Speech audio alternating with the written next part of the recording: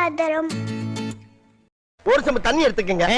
அத தோசைக்கல்ல ஊத்தி அதுக்குன்னு வழக்கமா ஒரு விளக்கமாறு வச்சிருப்பீங்கல்ல? ஆமாங்க. அத அடிப்பக்கமா திருப்பி சரிங்க. வரட்டு வரட்டு வரட்டுன்னு ஒரு 4 இழுப்பு இழுத்து சரிங்க. நல்லா கழுவி விட்டுருங்க. சரிங்க. ஒரு கிண்ண நிறைய மாவு எடுத்து பெரிய ரவுண்டாவும் இல்லாம சின்ன ரவுண்டாவும் இல்லாம சரிங்க. பொதுவா ஒரு ரவுண்ட ஊத்தி 4-5 வெங்காயத்தை போட்டு அள்ளி பொடி பொடி பொடியா நறுக்கி அப்படியே மேலாப்ல பரபரன்னு தூவி விட்டு சரிங்க. ஒரு நீளமான கேரட் எடுத்து அதையும் பொடி பொடியா நறுக்கி சரிங்க. அப்படியே மேலாப்ல பரபரப்பா தூவி விட்டு சரிங்க. ஒரு 16 கரண்டி நெய் எடுத்து சரிங்க. அதுல 6 கரண்டி நெய்ய உள் சைடு அப்படியே லேசா விளாவி விட்டு சரிங்க. 10 கரண்டி நெய்ய தோசைக்கு வெளி சைடு அப்படியே மேலாப்ல விளாவி விட்டு சரிங்க. இட்லி பொடி இருக்கு பாத்தீங்களா? அத அப்படியே அள்ளி மலை சாரல் மாதிரி அதை மேலாப்ல பரபரன்னு அப்படியே பேய விட்டு சரிங்க.